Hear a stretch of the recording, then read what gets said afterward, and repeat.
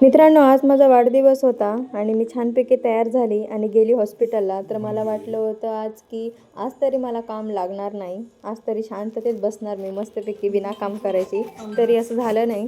काम लागलंच. तर मी दमली होती, भरपूर कंटाळली होती.